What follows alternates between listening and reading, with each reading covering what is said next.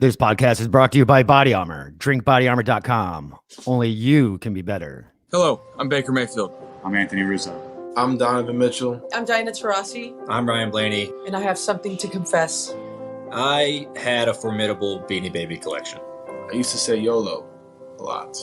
I paid a lot of money for ringtones. I had a sick flowing mullet one time. My Cabbage Patch Kid's name was Dolores. I used to rock bleached tips. I used to rank my friends on MySpace. I rented movies at Blockbuster. I used to wear jorts. That's right, jean shorts. I used to drink Gatorade. Yeah, I used to drink Gatorade. We all used to drink it. It was the only sports drink out there. Now there's Body Armor. I drink Body Armor now. I drink Body Armor now. I'm Team Body Armor now.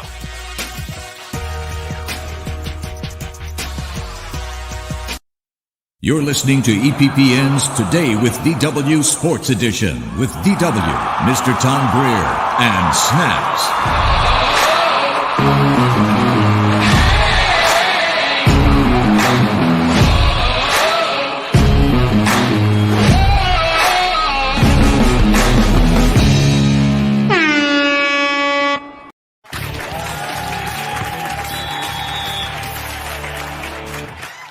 Tom Brady seems like the kind of man who doesn't know how to use a wrench. It's kind of true. Hi, I'm Tom Brady, and I'm a crybaby, and I have a butthole in my chin. Butthole? Can we be real for a moment? Is there really anyone you'd rather see dropped in a vat of rendered bacon fat than Tom Brady? Hope everyone has a great Monday, except for Tom Brady. F you, Tom Brady. You. Tom Brady, you suck booty. You ugly. You suck. You throw like a fat lady with a flabby arm and a little girl butt face. Hashtag Tom Brady. Hashtag suck. You suck. Tom Brady, you fat bitch. I hope you cry. I do cry too. You, Tom Brady. I hope this loss depresses you so bad that you hardly have sex with your supermodel wife in your giant mansion. I have no comment to that. You ever listen to Tom Brady speak and think to yourself, this is the personification of an actual butthole taking a I hate Tom Brady so much, but I have no legit reason to. He's a nice guy. But I hope they break his leg. Tom Brady really is a good QB, but he will forever be known as a bitch. You, Tom Brady. I hope your dog eats chocolate and gets really sick and throws up on your sock. That's up. That's Tom's line, and you crossed it. Hi, I'm Jimmy Kimmel, and this is the Internet. I made it myself. Hit subscribe if you like. Anyway, welcome. Hold on. That just threw me off. That damn dog chocolate thing. Anyway. The butthole chin. All right. Let's get into it, everyone. It is the Tuesday night edition of Today with DW, the sports edition, the post-Super Bowl. What a game. Whether you loved it or hated it, I don't know. I kind of liked it. It wasn't stellar, but all our predictions were wrong. We're thinking we were going to win by 3, or Tampa Bay was going to win by 3, and they decided that they were just going to blow them away. But we'll get more into that. Mr. Tom Greer. Hello. Snacks. What's up? So we did not do a what's going on, Kim? What's going on, Al? What's going on, Joe? Kim. So we did not do we did not do a pre-Super Bowl, so we haven't really talked to each other since the game. So this is the first time we're getting our own reactions to the game. A lot of people, obviously, I guess this is how it is, how I want to ask this. Why the hate for Brady? Is it because he's in 11 Super Bowls, 7 rings, and he's the GOAT? Or is it just because he's got a butthole face? I mean, but seriously, why such a hate for such a player, such a great player? It's because he's great. It's because that he's the greatest to ever do it. It's because he's the most successful quarterback. He was a part of the Patriots that was just beating teams left and right, winning like 6 Super Bowls. You know, that's why, you know, like the same reason people hated Michael Jordan, reason people hate LeBron James, right? Because they're the best to do it. They're the best in their sports. You know, Do you think that's what it is just jealousy and just like whatever? Yeah, people hate greatness. That's the thing. People, unless it's your team, unless it's your player, people hate greatness. Right. What do you think, Hank? You know, so my thing as a football player and someone that's coached it, I don't have a hate for him because, you know, I'm a football fan first and foremost. Even though I'm a Packers fan, I'm a fan of football. Mm-hmm. Yeah. My thing, I think the thing that really stuck me the most is, you know, I played center for 12 years. I played while I was in the Marines. And I never knew, I can honestly say I never knew there was an inflation rule on the football. And I think that if Tom Brady, when that whole incident happened, to me personally, is if he had just come out and said, I didn't know about it. I just went in, I said, I want the ball to feel a certain way. And if they did it, they're the ones that are supposed to know the rules. But he didn't come out and say that. He just said he couldn't tell the difference of the ball. You can tell the difference of the ball. I used to go and grab a football and I'd be like, I got to go put air in it. I'd walk over, put some air in it. Honestly, after all that happened, he even finally said he knew about it because it felt better for him to grip the ball. Now, I've right afterwards, and I think we talked about this briefly before, right after that incident, whatever, Deflategate, whatever the hell you want to call it, you know, the ruling was that you cannot do anything to affect the football. Now, Eli Manning, I think we mentioned this before, used to scrub it. It's going to sound funny. He used to scrub his balls and take the sheen off the football. Now, technically, by the NFL rules, he's breaking the rules. And ESPN blasted this for like a week, and all of a sudden it disappeared, going, well, then you shouldn't be able to do this with the ball. And then, you know, analysts were saying just because it was like whatever, how many millimeter ounces that were deflated for that, it wouldn't affect the way a player catches the ball. It was the way how he grips the ball. Now, neither here nor there. I don't care. I don't think it. And honestly, I think at the end of the day, if I forgot who the team they were playing, if they won, we would have never heard anything about this. It was the fact that the other team lost. And again, it's you're up there and you're great. It's not easy being on the top. So they're coming for you all the time. So I don't know. Yeah, it's just like, you know, the Pats got caught because they're the greatest team they were the greatest team in football that got caught doing something to the footballs. Eli, I'm pretty sure, used to throw footballs in the washing machine, in the clothes dryer, just to wear them out. Aaron Rodgers, I'm pretty sure at a time, overinflated the footballs. So like everybody messes with the footballs in their own way. It's like a baseball pitcher using pine tar. You know, it's illegal, but you know what? The batter in the batter's box would rather him use it because he could have control of his pitches. You know, like it's not really that big a deal, and everybody just tries to use excuses to knock Brady and Belichick down from where they were as probably the greatest coach and quarterback tandem of all time. You know, the only reason I'm saying, and by the way, only reason I'm saying this, like, I'm not a huge Tom Brady fan. I don't hate the dude. The reason I say this is because the more Super Bowls Tom Brady wins, the better Eli Manning is. So, I mean, keep winning, keep chugging along, keep winning those rings, buddy. No, I get it. I don't know. It's funny when everything's come out, when a team gets caught cheating, they're like, oh my God, you're the fan of the Patriots. You're really going to stand up and defend them. And what about, you know, people looking up to their idols and whatnot? I'm like, give me a break. I go, do you think no matter what team you are in the NFL, you don't think your team's cheating? You can go to hell. Everybody does it. I'm not saying that I can tell you all kinds of things that, you know, helium in a football, you put a little bit of shot of helium in the punting ball or the kicking ball. Right. You know, those are stuff. And you see that. I saw it in semi-pro. I mean, we used to go over, if it was a rain game, you had a bucket of water on the sideline or whatever, and you take the ball and you stick it in the water and you put it outside so that the cold gets it and it's slippery. Now you kick that ball, you just set it down on the tee carefully and you kick it. Yeah, you're kicking some of the ice off of it, but when they go to grab it, they can't maintain it. Yeah. So, you know, there are things, but I think it's that he was asked if he could tell the difference of the ball. And like I said, it was a while ago, but it was one of those things that just kind of stuck. It stuck with me as a football player. I'm like, listen, if he had just come out and said, do I think he's a great quarterback? You're damn right I do. But I'm not. That's my thing with him. And everybody has their own quirks. Right. I don't think I can really. I'm sure he was directed to say that. You don't think Belichick told him to say that? I'm sure he did not come on his own accord. I'm sure that he was directed to do that. So at that point, again, I'm not condoning what he did or I'm not for or against it, but the team, I'm sure, has told him, the press is going to say, no, you're going to say this, because he said that in the beginning so he wouldn't get penalized or take out the first 4 games of the next season or whatnot. And obviously shit hit the fan, and he ended up announcing it afterwards, months afterwards. So, I mean, I'm sure he was directed for that. And I bet you probably didn't feel too good about it. I mean, no, probably not. I bet he probably wanted to just be like, all right, well, this guy does this with his footballs. This guy does this with his footballs, but he couldn't do that because then you look, you look like a rat. You don't look great by doing that, but and they let the equipment guy, the ball kid or ball guy, the equipment manager or whatever it is, he took the fall. They got fired.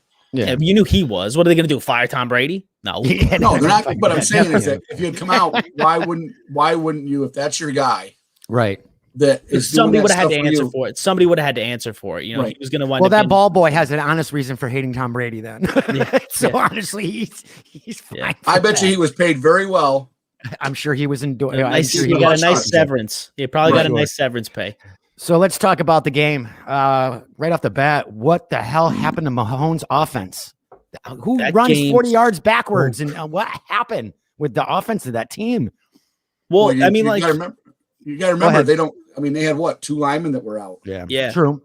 And that's a big part because you're used to having that backside, and they know you got another guy over there. He might know part of it, but he doesn't have the things. And he was the guy that played there for the first game that they played.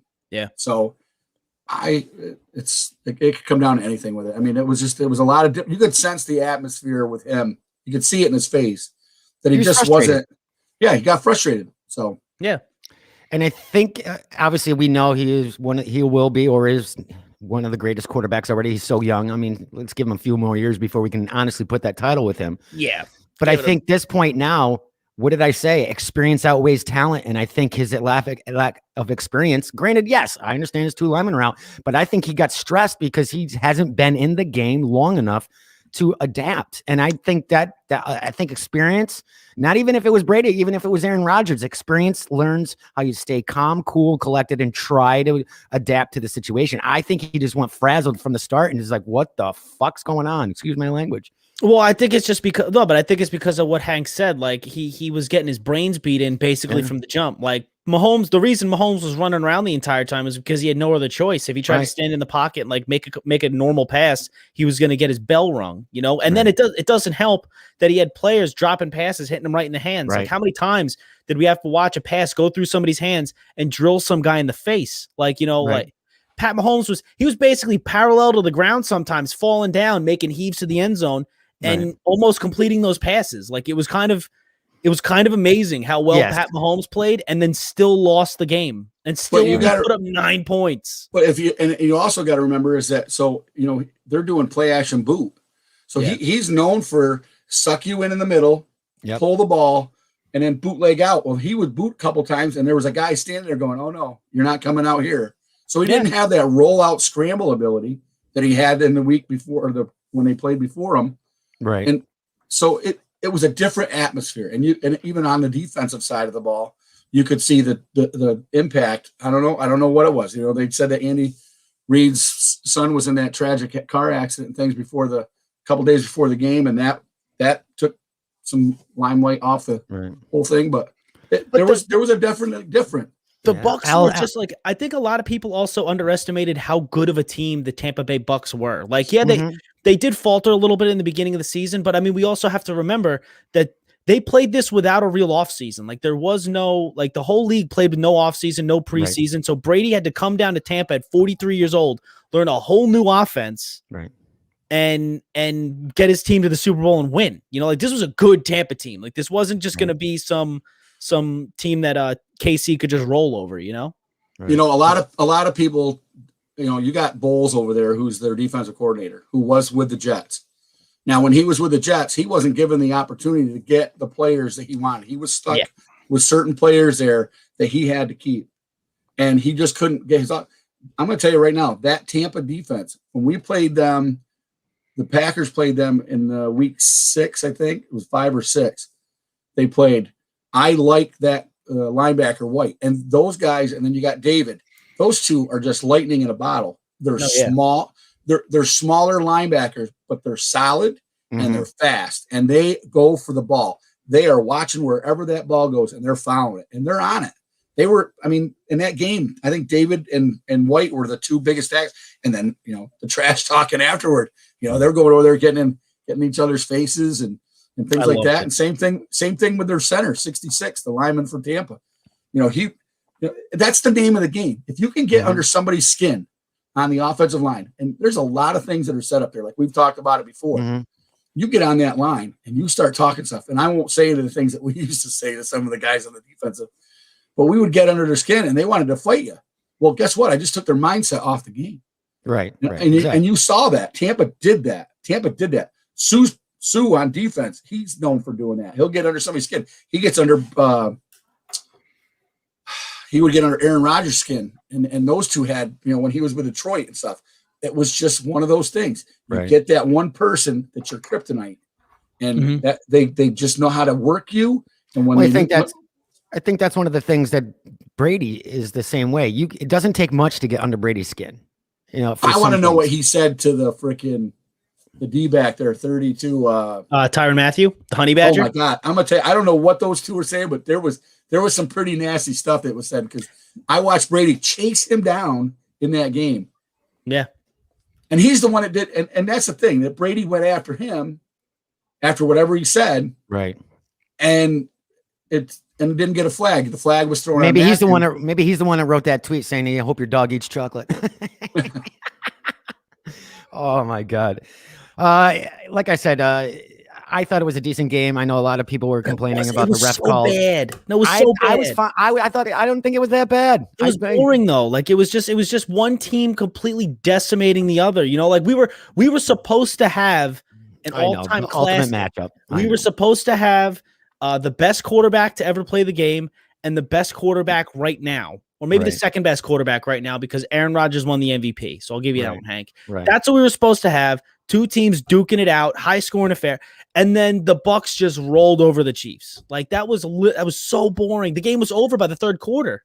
The thing is, I've seen bigger comebacks, but I've seen bigger comebacks, so that's what I was hoping for. That's why I'm like, you know what? I could see it happening. I mean, overall, you couldn't see it happening in the fourth. You could you literally could have shut it off early. Like you could have started looking for new channels at like by the end of the third quarter. I don't know. The Patriots came back in the fourth for one of the biggest comebacks too. So I mean, it is what it is.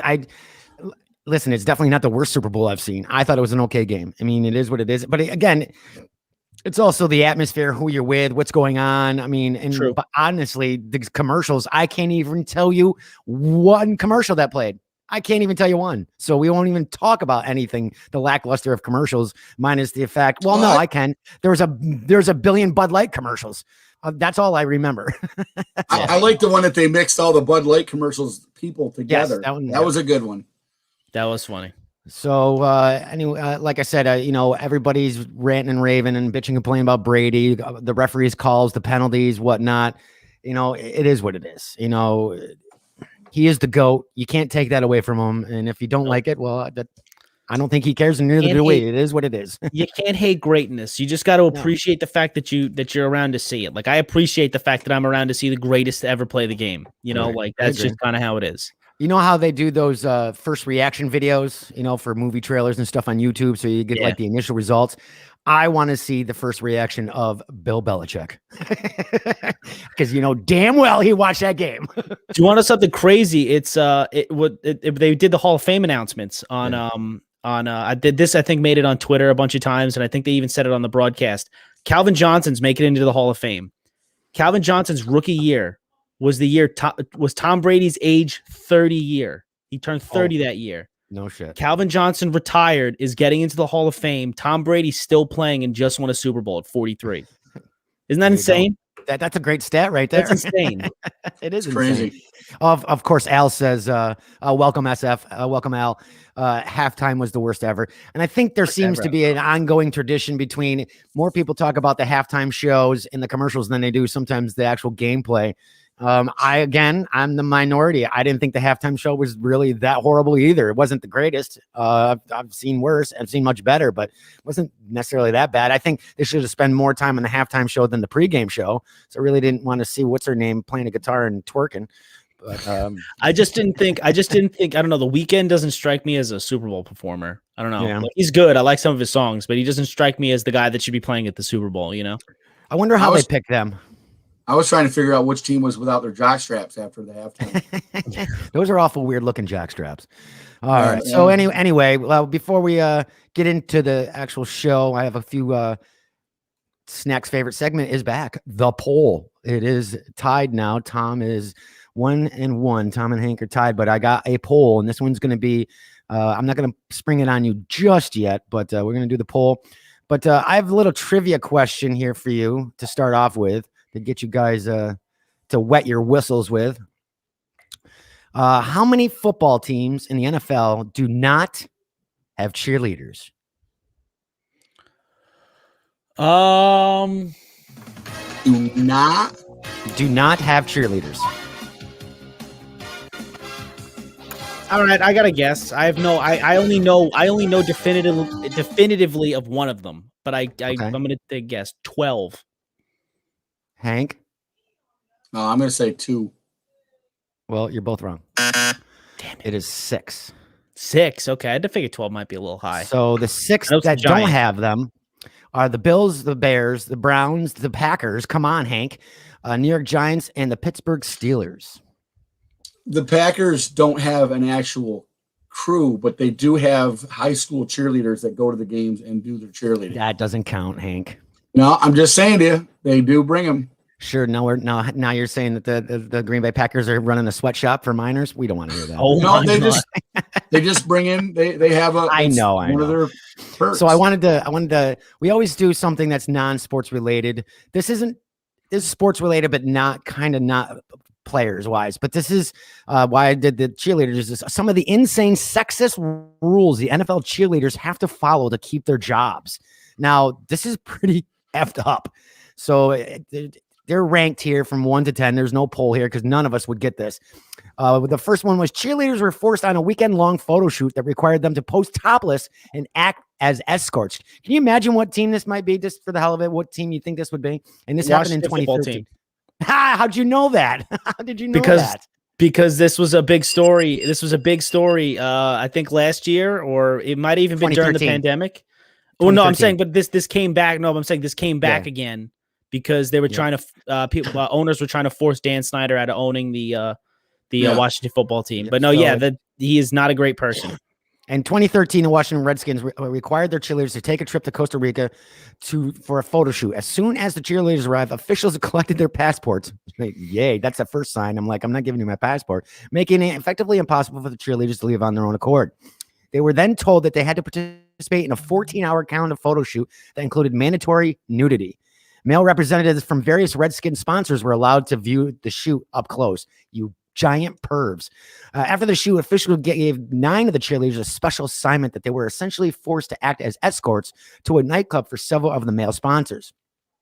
Despite the fact several of the chosen women began crying, they were forced to go through with this and for the sake of keeping their job. While the cheerleaders were not forced to have sex, but they felt really disrespected. That's BS. Wow. Here's another one. After following all these rules, cheerleaders are compensated with as little as $5 per hour. Reason many lawsuits are brought against specific franchises because the cheerleaders, hold on here, get rid of that pop-up. These cheerleaders make so little that it's illegal. In some reported cases, cheerleaders make as little as $5 per hour. Their teams have seemingly gotten away with this practice by paying cheerleaders per event. Cheerleaders will make somewhat between $90 to $125 for a game. Cheerleaders will also make money for paid events, though they are required also to attend charity events, which they aren't compensated for. That's bullshit right there. That, as Tom Brady says, that's fucked up. Number 3, cheerleaders are required to attend events in which they wear bikinis and are auctioned off. What is going on here? The lawsuit brought by the Buffalo Jills detailed a specific golf tournament that was pretty problematic. At the Chills annual golf tournament, certain cheerleaders were required to wear bikinis and sit in a dunk tank where participants could then dunk them. Other cheerleaders were auctioned off to the highest bidder, as which part they had to escort the winner around. Cheerleaders reported that auction winners had sexual comments and touched them inappropriately. Holy crap. This is crazy. They are put through a jiggle test before games. Oh my God. Of all the cheerleading teams seem to dictate that the cheerleaders' bodies look a certain way, but all teams have different ways of measuring it. The Buffalo Jills method, making sure that their cheerleaders had the ideal body by type, include subjecting the cheerleaders to weekly jiggle tests. What are we running here? Oh my God. During these physique evaluations, cheerleaders did jumping jacks while coaches judged their stomachs, butts, and limbs based on how much they jiggled. Oh my God. Oh, here, this is a good one too. Another one of the other rules: no slouching breasts, and wearing underwear is forbidden. What is the NFL coming to right now? Cincinnati Bengals cheerleader Alexa Brennan filed a class action lawsuit against the franchise for violating employment laws because of the case. The handbook of Bengal cheerleaders was made public, revealing Bengal. Yeah, well, it says it's Ben Gal, so I think it is Bengal. Cheerleaders was made public, revealing shockingly specific instructions. One such instruction was no panties are to be worn under practice clothes or uniform, not even thongs. This rule seems extremely intrusive, and even more so because the athletic benefit of being panty-free remains to be seen. When Bengals are instructed to go without underwear, the handbook dictated that the bras also are a must. It states no slouching breasts. You pervert mother effers. Let's see what else we got. And this is all NFL teams that are doing this? These are all NFL. This is all NFL cheerleaders. The rule books remind the cheerleaders just how unimportant they are, despite all the hoops they have to jump through. Likely to avoid lawsuits, handbooks remind cheerleaders just how unimportant and expendable they are. This way, cheerleaders will be discouraged from asking for raises, demanding better conditions, or taking legal actions, as they are aware that the franchise doesn't need them. Right out of one of the handbooks. Remember, as important as you are to our organization, football is the name of the game. Fans will come to see the games whether or not we had cheerleaders. There are some great teams who do not have cheerleaders, such as the 2010 champion Green Bay Packers. They are sold out every Sunday. Some teams who previously had cheerleaders do not have them now, like the Chicago Bears and the other 5 that I mentioned. Because of morality problems with their squads, they decided cheerleaders were too much trouble to deal with. Wow. Holy crap. Right off the bat, just a couple more. Cheerleaders are required a strict dress code, even while off the field. They're mandated as far as what they can wear, what they can't wear, based on colors. Some teams have twice a week weigh-ins for cheerleaders. Oh, Jesus Christ. And that I just thought that was funny because I did not see that coming when I was doing the article, or just, I'm like, this is crazy. I'm not surprised. I don't know. I guess I don't know. I'd imagine that a lot of that probably isn't going on as much anymore in the NFL, but I mean, I wouldn't be surprised if it is. I mean, like, there's a lot of creeps that work in the NFL, and there's a lot of creeps, still in the world. So that's kind of disturbing. A lot of that's actually kind of disturbing. And the thing is that back in the day, it was a marketing tool. The Dallas Cowboy cheerleaders. I mean, that was, everybody was fixated on the cheerleaders for the Dallas Cowboys. They used to have a reality show. Yeah. Right. And that's what I'm saying, is it was a marketing tool. It's cheerleaders are marketing tools. Now it's become to the point where, who's basically monitoring what's going on down there. That's, the general manager, then they got an assistant to this, for that, and everything else. But who's monitoring all that? And that's the thing, is that gets back to ownership. They're not aware of it because they have people that are put in place to monitor that. And if they're not doing it, I've seen the rule book that they have for some of the teams. I was trying to think of where, I think it was the Giants when they had a thing, and it was like, it had to be an inch thick of just the different rules that you had to follow in order to be a cheerleader. And they're not getting paid money, like you said, and that one thing. It's just, and it's public. It's public. Well, it's funny because, it's the LA Lakers cheerleaders. They're famous. The Dallas Cowboy cheerleaders, I think they're probably one of the best and most known cheerleader group, as far as the fact that they did calendars. They marketed themselves. Like, whether or not you don't hear anything about Dallas, I think Dallas took some credit about their cheerleaders, and they were important. I mean, they were making, I don't think they had to be making more money than what reported in some of these teams, because that was really important back in the day, that people, Dallas cheerleaders that was a job to go after. Some of them became on to be doing some great careers and whatnot. But now obviously we don't hear anything more about the Dallas Cheerleaders. You don't even know if they're selling calendars. The LA Cheerleaders, what was it? Paul Abdul was a LA Lakers cheerleader. Well, I'm sure it's mostly a regional thing, like I'd imagine that like if you're in Dallas, you probably see enough of the Dallas Cowboy cheerleaders, same as if you're in LA, you see enough of the Laker girls, like it's just like it's such a specific to the team and the area kind of thing. Like we're not going to hear about Dallas cheerleaders or Laker cheerleaders because we live in. But we did though back in the day. They marketed those teams. But the thing is though, nobody cares. Like that's the problem. Nobody really cares about teams' cheerleaders. All they care about is the only time they really care about the cheerleaders is when they're at the games. Nobody really cares about that. At least around here, that's right. That's just kind of the way it is. Like nobody's going to market Dallas Cowboy games like up here because everybody's going to be able to watch Giant games now. The only reason Cowboy games were on TV up here as much is because the Giants were terrible and there was only so many channels you could watch, That may be true. That may be true. And the game, and definitely the cheerleader models definitely changed throughout the years as well. I mean, you could see Giants and whoever play, but then there was a commercial about, hey, get your Dallas Cowboys calendar for years, so there was money to be made, and they definitely made a huge market about it. But you're right. I think the game is, especially in this political climate, especially in this like. Right. In everybody's this, like, PC, yeah. The way the world is now, right? No, you're probably not gonna. It's best to just keep your cheerleaders at your games and not run the risk of looking bad by releasing a calendar that somebody's gonna probably label sexist or something like that. I hear you.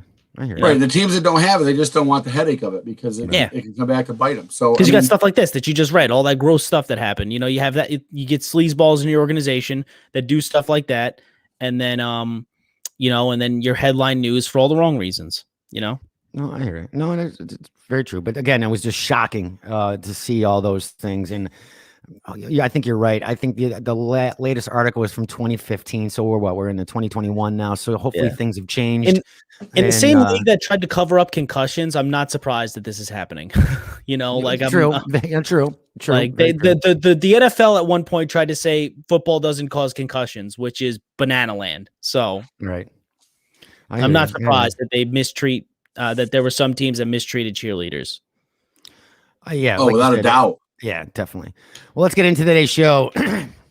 We're going to be going down memory lane and chat about some of the greatest moments in Super Bowl history. Snack's favorite segment is back, the poll. And I should hold on a second. The poll is back. We're also going to be talking. I think we have some tidbits, some little bit of in sports history with Mr. Tom Greer. We do, and I have a couple other things. Surprise when we come back. So, wow, I'm tongue-tied before I even go to the commercial. All right, we'll be right back. Calling it a day, Carrie? Oh, no, there's more. Like what? More reps, more steps. More this, more that. More time to breathe. More hustle, more grind.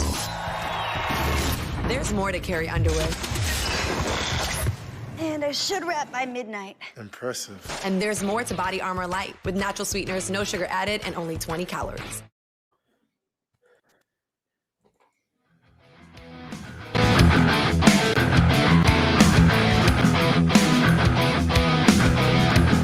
Welcome back, everybody, to the Tuesday night edition. Today with DW, it is the sports edition with myself, Mr. Tom Greer, and Snacks. So we're going to get right into it. We were going to be doing a pre-Super Bowl show before the Super Bowl on Saturday, but with schedules and whatnot, that was not possible. So one of the things I wanted to talk about and what we were thinking about was let's talk about some, obviously, we can't decide whether or not it was a bad Super Bowl, good Super Bowl, but I figured, you know what, I did some research and I found the top 10 greatest moments in Super Bowl history. And YouTube, this is my disclaimer. I do not own any of this and it's not for profit. So please don't bar me if I play these 8 videos. So, but anyway, I know one of them. Yeah, you shut up. And if it's not one of them, your list is wrong. So I got one of them. Okay. Wow. Okay. Well, and it's not even arguable. I know which one you're talking about. My guess ain't even arguable. Guess what? We're turning Tom's mic off now. All right, he's done, and it's my fucking list. No, just kidding. Don't start like Snacks saying the list is wrong and the people are wrong. I'm not starting that. I'm not starting that way. I'm just saying, like, I have an undoubtable fact that should be on this list of greatest Super Bowl moments. And if it's not on there, your list is false and phony. Fake news. It is fake. Faker than fake. So you can. And I know which one you're talking about. All right. The both of you can shut up, please, because it is number 1 on the list. I did not make the list. It is number 1 on the list, and I know exactly what you're talking about. And I almost didn't do the list because it was number 1 on the list when I found it. But it's also number 1 on about 4 other ones. So I'm like, are you gonna play the video too? Because that's even gonna be so exciting. Tom, calm down. Okay, I can't calm down. This is one of the happiest moments of my life. Okay. Well, you sure this is the happiest moment in your life or about? I said one of. I said one of. Because your announcement earlier, I think, would be right there with number 1. I'd be careful with that. Right, Cam? Anyway, number 1, David Tyree's helmet catch in Super Bowl 42, and famously known as the helmet catch. David Tyree of the New York Giants went down in history. Bullshit catch as a huge thorn in the New England Patriots side. The 18-0 Patriots were cruising towards the NFL's second undefeated season until Eli Manning dodged multiple sacks and uncorked a ball downfield. It probably was deflated toward Tyree with a minute left in the game. Tyree pinned the ball against his helmet for a 32-yard gain. The play extended the eventual game-winning drive, bringing the Giants to a 17-14 win. It was the final catch of Tyrese's career. So I wanted to do this because I know Tom is excited, so I made sure that I could find clips. I've watched this. So many times. I'm sure you have, Tom. So let's see if this works. Third down. It's a new. Okay, here it is. Come on. I want you to watch this closely, Herb. I trust me. Well, the StreamYard feature is not working very well. This new feature. From Thomas off the edge. Eli Manning. Come on. Stays on his feet. You airs it out down the field. Come on. It is posterizing that bum Rodney Harrison. Oh my God. This StreamYard, you need to fix this feature. Thrown and Tyree just goes up for it like a basketball. Okay, enough of that. All right. That. So anyway, the greatest play in Super Bowl history. Takes down the undefeated Patriots, takes down Tom Brady and Randy Moss, and posterizes that bum Rodney Harrison. Okay, moving on to number 2. Tennessee Titans fall 1 year short in Super Bowl 34. You done now? Do the Giants make it on this twice? Because there's another play that was pretty amazing. Hey, just relax now. Relax now.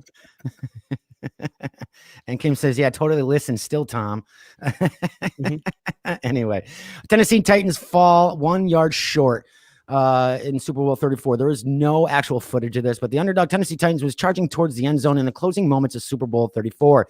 Down 36-16, and with just seconds left, Steve McNair his Kevin Dyson over the middle for what could have been the game-tying touchdown, except he was tackled just 1 yard short. The image of Tyson extending the ball across the goal line remains one of the most memorable images of NFL history. I really did try to find this video, but there was nowhere to find this video. I can still see him reaching out. Yeah, the image is a definite, a classic Sports Illustrated kind of like oh shit moment kind of thing for sure. Definitely. Yeah. I do not remember the game. I just remember the replays. I remember seeing it. Like ESPN usually plays that on loop whenever they like around Super Bowl week when they're just counting down the old good Super Bowls. Or NFL Network usually does, you know. So number 3, it's going to be San Antonio Holmes game-winning touchdown catch in Super Bowl 43. After the Cardinals scored what looked to be the game-winning touchdown in Super Bowl 43, Ben Roethlisberger led his Steelers right down the field to take the victory right from their fingertips. San Antonio Holmes closed the drive with an iconic catch in the back corner of the end zone. And let's see that catch. That was a good catch. Washington outside left. Roethlisberger has time. Throws to the back of the end zone, and it is caught for a touchdown by Holmes. Unbelievable. Incredible. The official comes in. Let's just make sure he's in on a play like this. Obviously, they will take a long look upstairs. Then to the corner of the end zone. Does he get both feet down? Left, definitely. That is some foot control. That is amazing. That's a classic. That's a classic, great touchdown right there. That is a great catch. But what's better from that Super Bowl, that touchdown or the James Harrison like 99 or like 100-yard touchdown? He picks it off on the goal line and takes it to the house. Yeah, that was the clincher right there, though. That was the one that put the nail right in the coffin. That definitely put them right. Yeah, that definitely. No, that's true. Number 4, Malcolm Butler's game-stealing interception in Super Bowl 49. New England Patriots quarterback Malcolm Butler made the play of his life in the waning moments of Super Bowl 49 against Seattle Seahawks. With time winding down, the Seahawks opted to throw the ball instead of handing off to superstar running back Marshawn Lynch, despite being at the 1-yard line. Butler stepped up and made the pick to seal the win for the Patriots in an endless wave of criticism, filed wondering why Seattle just didn't run the ball. I remember that game, and the backlash they got was just unreal from the Seahawks. Let's take a look at it. Play clock at 5. Pass is intercepted at the goal line by Malcolm Butler. Unreal. Malcolm Butler, who almost made the phenomenal play that wound up in Purse's arms. There are flags on the field for a celebration. Amazing.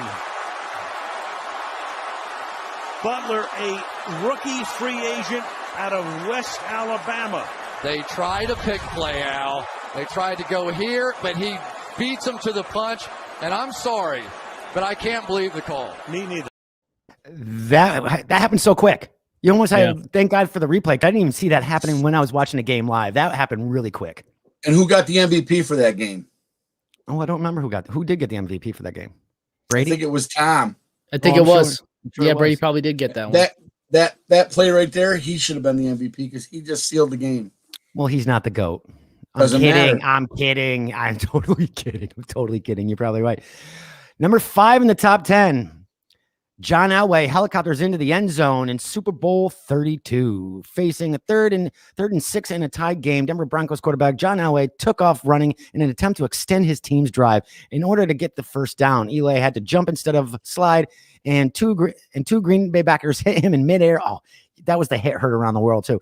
Send him helicoptering across the field. When he came down, his Broncos had a first down just 4 yards from the end zone and would go to score the go-ahead touchdown. And that play got them fired up. Let's see if we have that. We should have that one. And let's see that one. Packers jumping around. They rush 4. Plenty of time for John. Now squeezes, steps up in the pocket. Elway can run. Come on, John. Come on. Come on. Inside the 10. Head first. He dives inside the 5-yard line. Yeah. Elway spun around, but it's first and goal. A gain of 8. He wanted that first down. And I tell you what, if you want to tell me the 37-year-old man doesn't want to win this game, that's sacrifice. Oh, man. That's the... I still say it was short. Yeah. I think if there was instant replay back then, he would have been short. That was a rough hit. That looked like a rough hit. I mean, like, it's so no I can tell you, it's no Tyree catch, but you know why I remember that game so well? Because I was working at Walmart at the time, and I went into the furniture department, and they had a life-size cardboard cutout of John Elway in the department that I was running at the time, standing there with a Green Bay Packers jersey in his hand. Wow. Nice. Number 6. Now, there was no footage of this because it was really bad quality, because you'll know why when I say it. Joe Namath calls out and guarantees a win in Super Bowl 3. Now, just like famously Babe Ruth calling for the home run, pointing to the stands and hitting one, Joe Namath, before the game, playing for the Jets, said there was no doubt in his mind that they would win. Not that he thought they were going to win. He guaranteed that they would win, and they went down in history. And doing research on this, watching those games, I got to say, I mean, play is different than it is now, but damn, those boys knew how to hit. I mean, they took in some hits, and it was a rough game back then. A lot of credit for the players back then, especially with the lack of equipment compared to now. Joe Namath, the infamously guaranteed victory in Super Bowl III, despite being heavy underdogs, and the New York Jets quarterback delivered a 16-7 victory. The image of Namath jogging off the field, pointing one finger in the sky, remains etched in history. Again, if you guys don't know, if you guys are listening or watching, definitely go through YouTube and show some of the old gameplay of that game, that game in Super Bowl III. It looked pretty intense. But again, I couldn't find an actual article video of him saying it because the videos were really bad. Number 7, Lynn Swann makes diving catch in Super Bowl X. Another one that I could not find. Pittsburgh Steelers and Dallas Cowboys put on a show in Super Bowl X, a performance that is often remembered as the most exciting of the first 10 Super Bowls. Swann took home MVP honors with a number of highlighted plays, the biggest of which was when he leaped over Cowboys defender to tip the ball to himself and make an iconic diving reception down the sideline. It is known as the Levitating Leap. Now, again, I couldn't find actual clips for this. They're out there, but they were pretty bad. But I do remember that, seeing that in like the top 50 sports moments around the world. And that was a really awesome play. I think they played it on one of the NFL Network does like a bunch of games and stuff like that. They just highlight a bunch of the old Super Bowls. Yeah. That one's on it. That I definitely saw that over the weekend before the game started. This one I was not familiar with. James Harrison's 100-yard pick 6 in Super Bowl 43. We were just mentioning that. This is the same Super Bowl the Santonio Holmes catch was in. Yeah, but I just don't remember the Jim Harrison. That's the one you were saying with the 100-yard pick. Yeah, this is what I was saying. I got you. I couldn't find footage of that either. The Arizona Cardinals were seemingly headed to a 14-10 halftime lead in Super Bowl 43, but Pittsburgh Steelers linebacker James Harrison had other ideas. He picked off Kurt Warner near the end zone and shockingly ran back 100 yards for a touchdown before collapsing in exhaustion, I bet. After dodging numerous tackles along the way, it completely changed the direction of the game, which Steelers wound up winning. I don't remember that game at all. I don't know why. Number 9.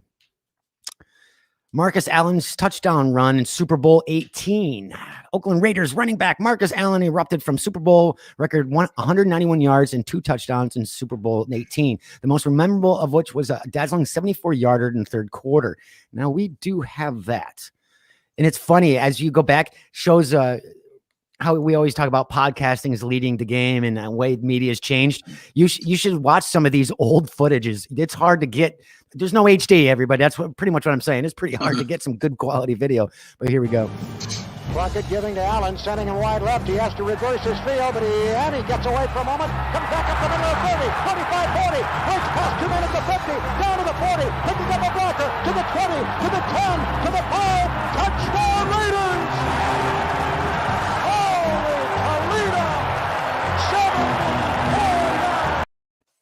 Now, I know it's the video, and I know they're probably running fast, but he does not look like he's running very fast.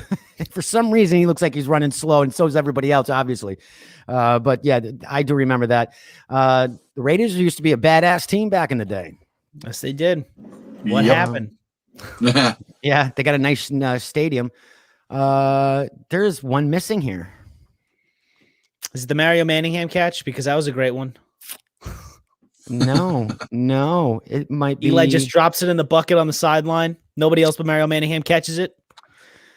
I am missing. There's one missing here, and it should have uploaded, but we'll go. I'll see if I can try to find it.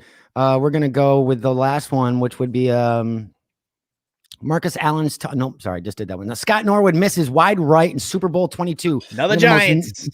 One of the most negative moments on the list. Buffalo Bills kicker Scott Norwood lined up to attempt a 47-yard field goal with 8 seconds left to win the Super Bowl against the New York Giants. Sportscaster Al Michaels announced the kick by proclaiming "No good, wide right." The name stuck, and the Buffalo Bills lost their first of what would turn out to be 4 consecutive Super Bowls. Yep. And here you go with that. That's it. That sets the stage for Norwood. A lot of pressure. You want to talk about a pressure situation. That is a long way to kick a football. The quiet man of this football team, Scott Norwood. He can fire the shot heard round the world now. Here we go with 8 seconds to play. High drama here in the Super Bowl.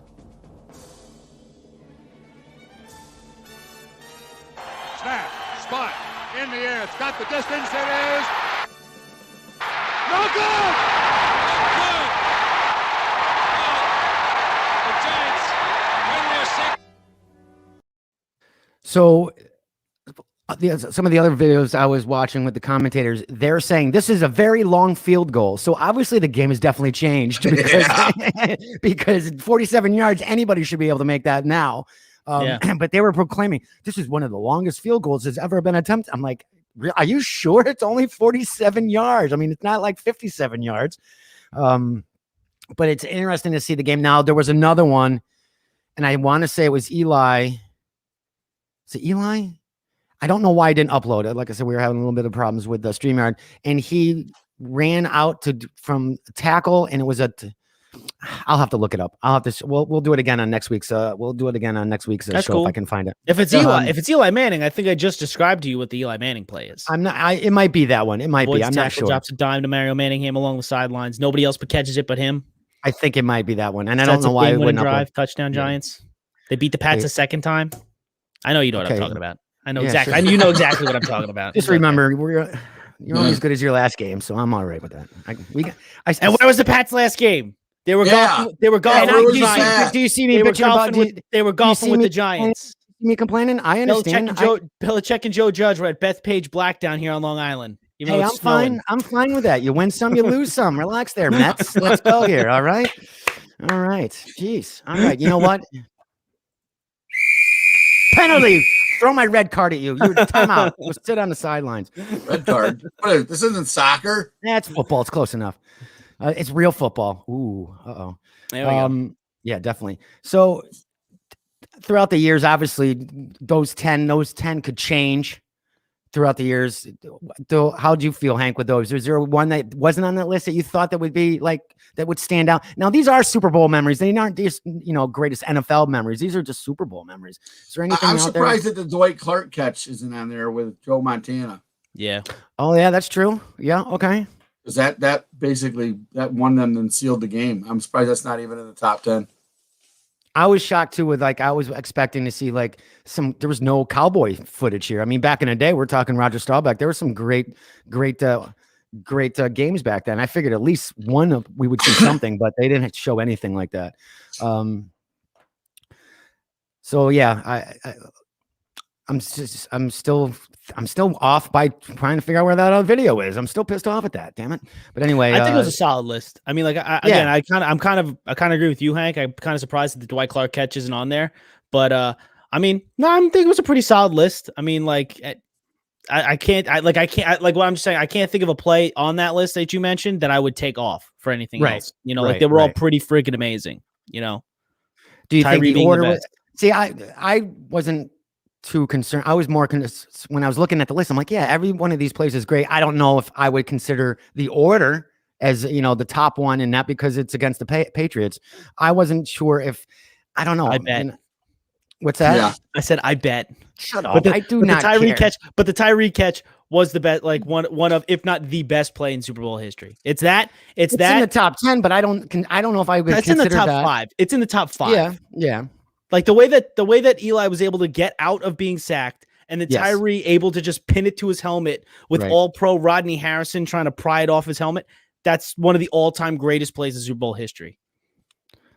Oh, I remember exactly where I was. So do I. I almost went through. We almost went through my aunt's floor. Oh, you told? I think you told me this. We cracked a support beam in my aunt's basement and almost went through the floor. I think I was where I had to be. I knew I was at a bar. I don't think I was working, but I know I was with my friend Judd. I think it was at Judd's, and he's a huge Giants fan. I blacked out. And he was like, I was fuming. He's just like, he's the one that right in my face all the time. There's a story. I was going to save this for another time, but there was a time when he went to go to Giants Stadium, and it was the Giants.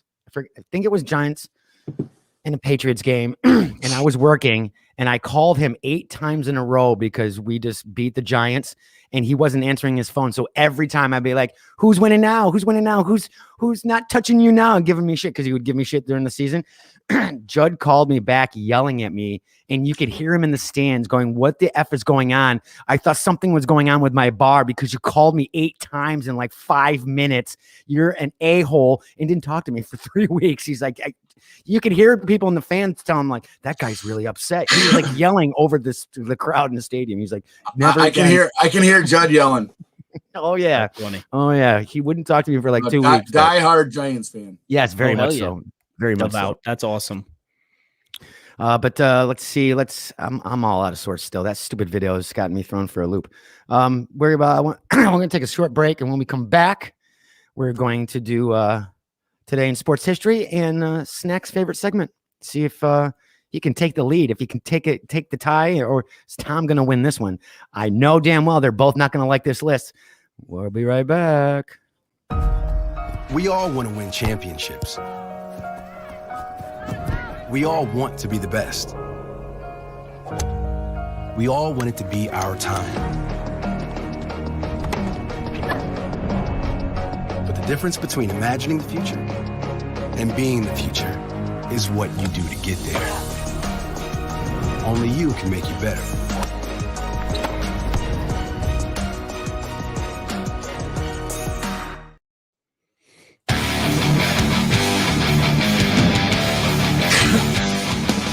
Welcome back, everybody, to the Tuesday night edition of Today with DW Sports Edition. If you're just joining us, we just counted down the top 10 greatest Super Bowl moments in history.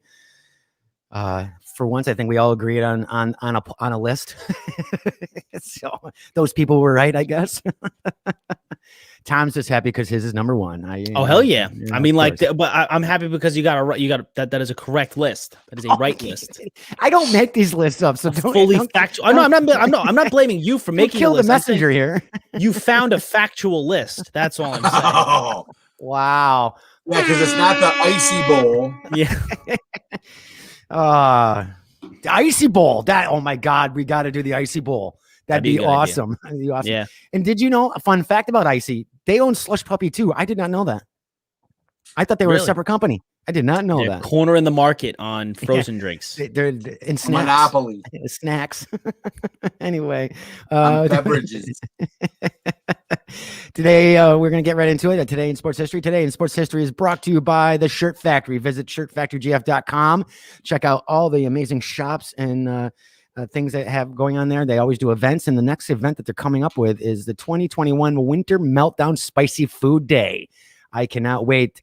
It's going to be the food truck vendors are actually moving in. I mean, it's not that big. They can't put the trucks in there, but they're going to be having food vendors inside the building. It's going to be Saturday, March 20th. The admission is free. Obviously, just like the food truck corral. And if you haven't heard me talk about that almost on every sports episode, Today with DW through the summer, I don't know where you've been, but every Thursday they do a food truck corral, one of the biggest in upstate New York. So they're going to move it in here for the winter this time. And Hank and I you might see Hank and I there. We're going to be talking and see if maybe we'll be doing a live podcast and talking with some of the vendors.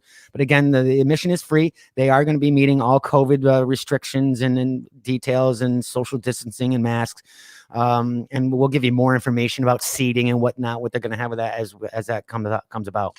Yeah, it'll pretty much be like it was at the end of the year last year, where we'll have the seating all set up with the dividers and the tents. Awesome. He's bought more tents for that, and then he's got he's got the poles up in a bucket with cement that they have the dividers for your 6 foot social distancing. Cool. So I mean, you just got to monitor it and do what you got to do to have it happen. But it's a good. I love it there. I mean, I go there. We try to go there every Thursday and get something different. But I usually go right to the stuffed cabbage rolls. Oh, really? Nice. I'll have to try those. I love those. That sounds delicious. All right, Mr. Tom Greer, what do we got going on in today in sports history? Okay, so today, back in 1895, way back in the day, we had two big things happen. The first college basketball game was played as Minnesota State School of Agriculture defeated the Porkers of Hamlin College 9-3, which is kind of great. Imagine, the Porkers. Imagine a basketball game ending 9-3. That's insane. Also today, volleyball was invented by W.G. Morgan in Massachusetts, which is nice. Very nice. 1932, America entered the two-man bobsled competition for the first time at the Winter Olympic Games held in Lake Placid, and they won the gold medal. Nice. So, America just being America and winning at things. 1971, Satchel Paige becomes the first Negro League player to be elected to the Baseball Hall of Fame. 1980, Rick Barry Houston is the first in the NBA to score 8 3-pointers in a game, which is like commonplace now. Like there's eight 3-pointers is scored within the first 5 minutes of a game, which is like a 47-yard field goal. Yeah, exactly. 1892, the 34th NHL All-Star game in the Wells Conference beat the Campbell Conference 4-2. The MVP was Islanders great Mike Bossy. And finally, in 2009, unfortunately, Alex Rodriguez admitted that he was doing steroids and or banned substances from 2001 to 2003. And he is a baseball cheat. Okay. Tom's very vocal today. Tom's really got some attached to Tom rant today. I'm sorry. I forget. Sometimes I forget, Herb, that you're a Pats fan. I don't care. And I know you don't care. But you're the only other Pats fan that I really know that I can rub in the Super Bowl thing to. So, I don't have that many. Oh, they're all over up here. Everybody. I bet. Tom Brady goes to Tampa, and they're all like, now they're Tom Brady fans. Yeah. I'm not. I'm not. I'm just saying that. Oh, I'm Tom Brady. I'm staying with my Pats. I'm staying with my Pats. But anyway, that was brought today in Sports History was brought to you today by Shirt Factory up here in upstate New York. Go to shirtfactorygf.com for more information and contact info. All right, we're gonna we're gonna get into Snack's favorite segment.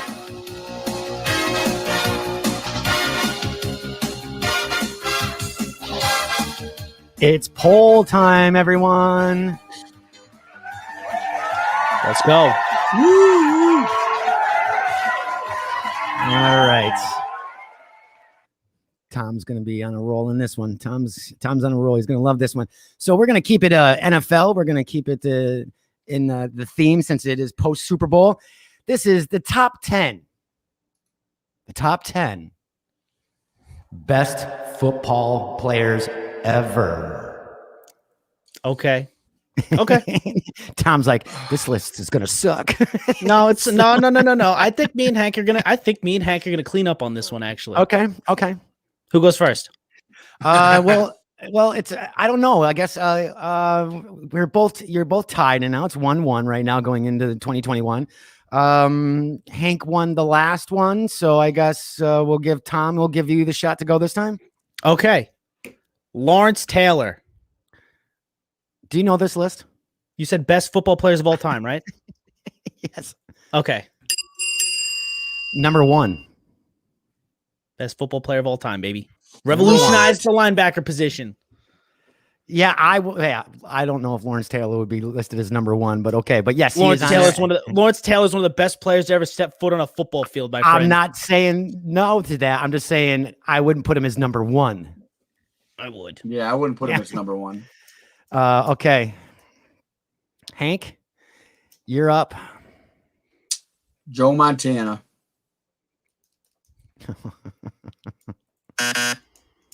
What? Okay. Nope. Okay. I told you. Wait a guys minute. Lawrence Taylor above Joe Montana. Number 1. Yes. Hold on. Yes.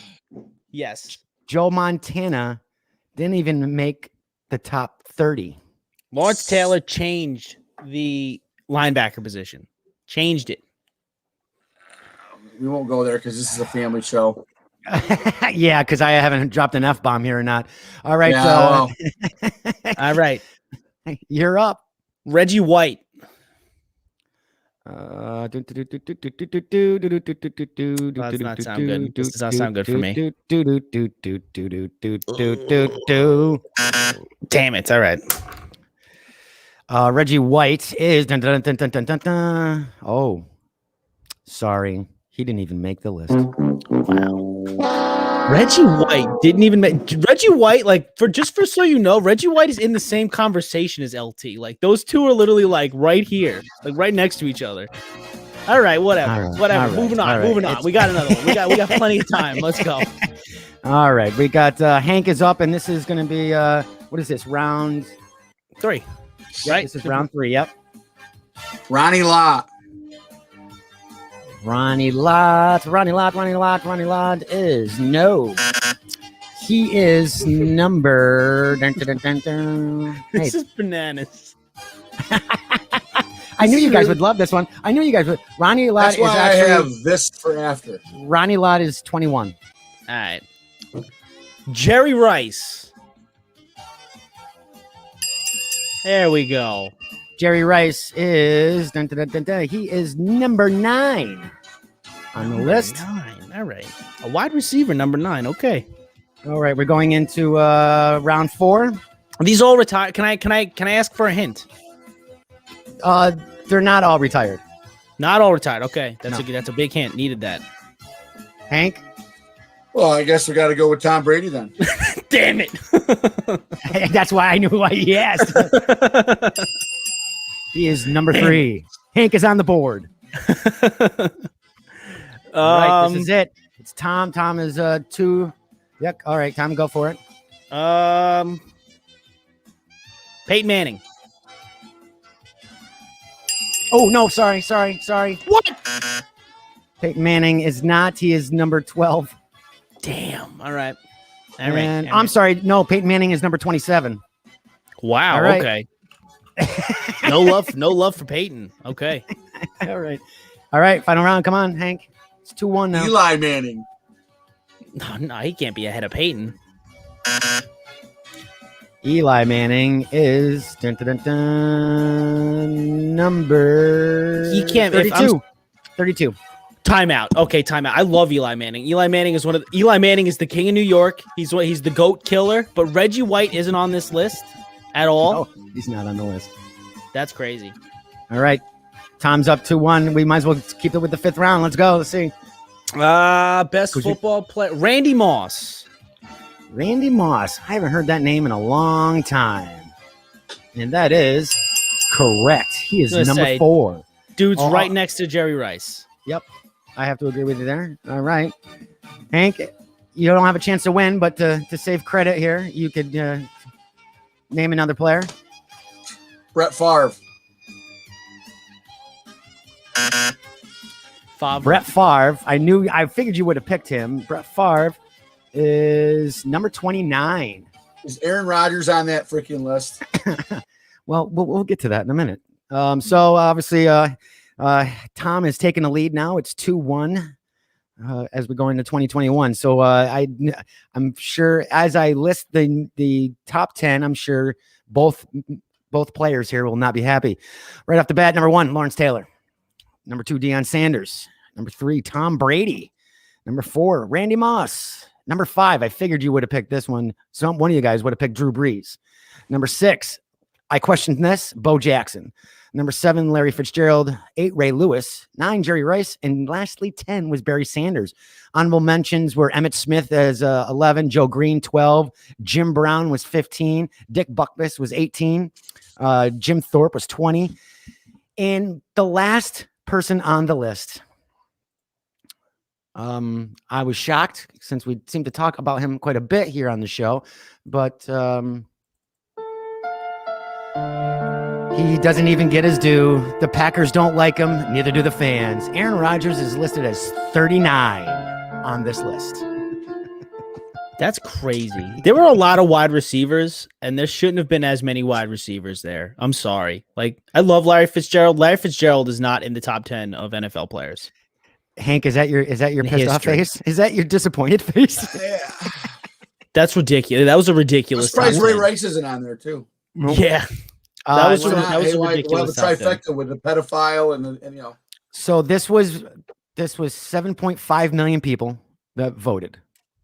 So what, in a third world country? The Bo Jackson one is the only one that I don't know if I'd really put up there. Well, you have to put Bo Jackson on there because he played 2 sports at an incredibly high level. That man was insane. Yeah, I don't know. I just didn't see him as outstanding. I mean, yeah, he did both sports, but I didn't see him as outstanding. Maybe not in the top sport. 10. Had he not hurt his hip in that game? Yeah, you think so? He probably would have been one of the top 3 to 4 running backs. You think so? Ever, of all time. Yes. All right. He was devastating. Montana. again, I figured would have been up there. But again, how does Drew Brees make it over Joe Montana? Like, that doesn't make sense to me. Drew Brees is most definitely not right behind Brady for best quarterbacks in the NFL history. Right. If anything, if you're not putting Joe Montana there, put Rodgers right behind him, because Rodgers is better than Drew Brees. Oh, most definitely. And it's not even close. I agree with you. I agree with you there as well. I definitely agree with you there. So I don't know. I mean, like I said, I mean, I the thing is when we do these polls, or when I do the polls, I don't know the age group. I don't know the demographics. So that's the hardest thing too about it. We don't know, you know. We don't know if it's a younger group, obviously. But it can't be that young. It can't be that young of a group if they're voting LT is the greatest player to ever play football. That one bothers me though. That I don't think he should be number one. But why though? Why don't you think he should be number one? I didn't over Tom Brady, Randy Moss, even there Bo were Jackson. people, dude. There were people that literally didn't want to play games because they were afraid of Lawrence Taylor. Lawrence Taylor damn near murdered. Yeah, because he was all coked up all the time. He had no pain. Okay. The 80s. That was again, the 80s. but you could hit quarterbacks. Oh, that's justification. I love that. It's just the 80s.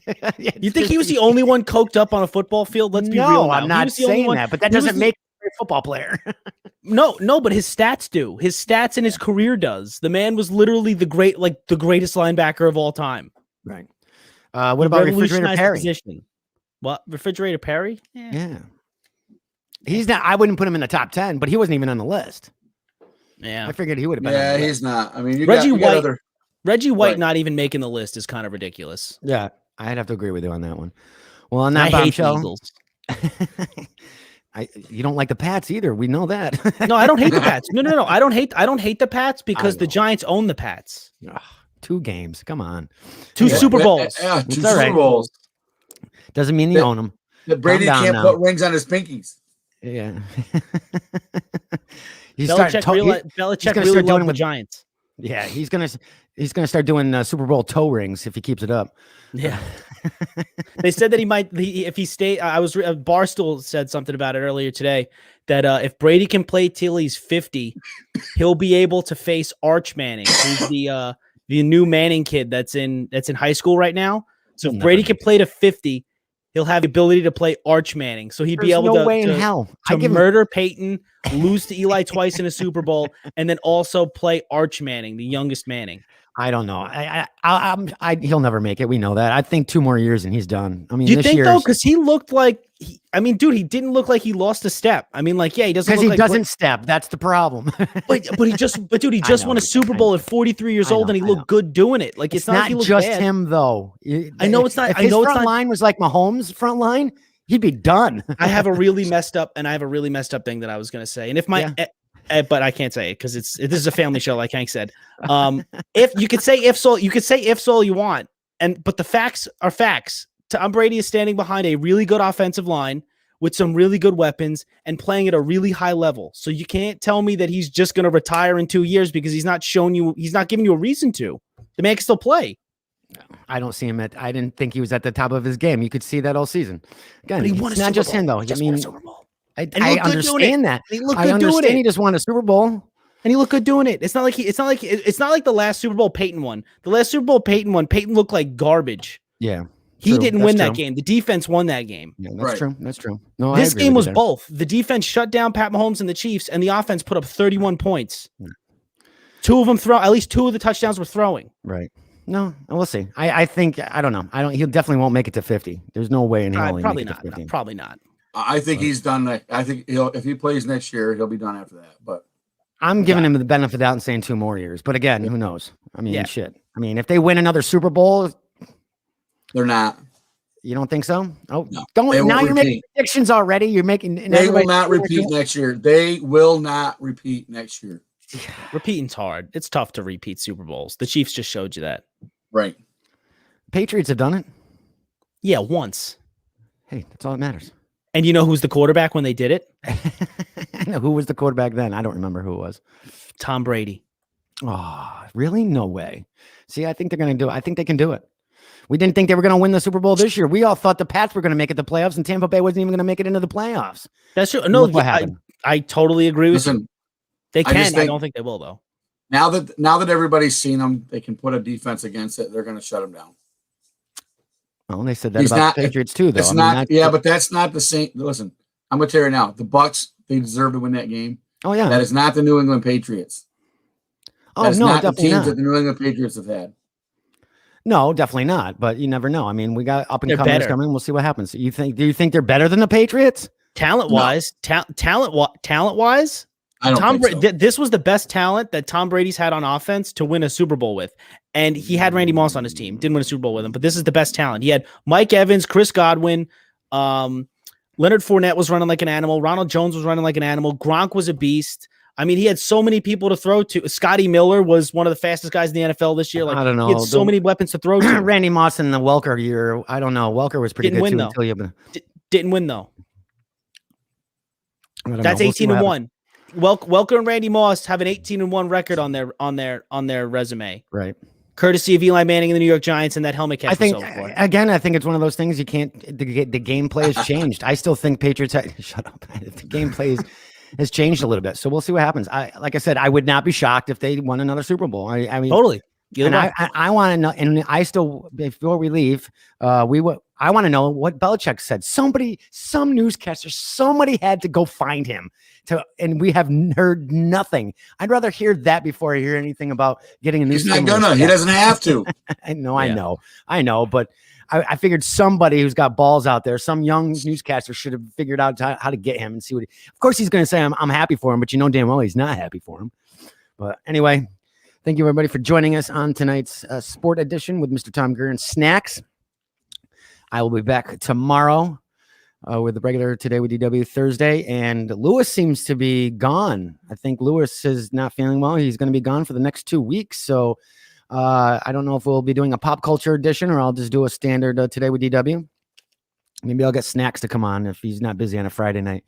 And or all three of us could come on. We're all pop culture people. Yeah.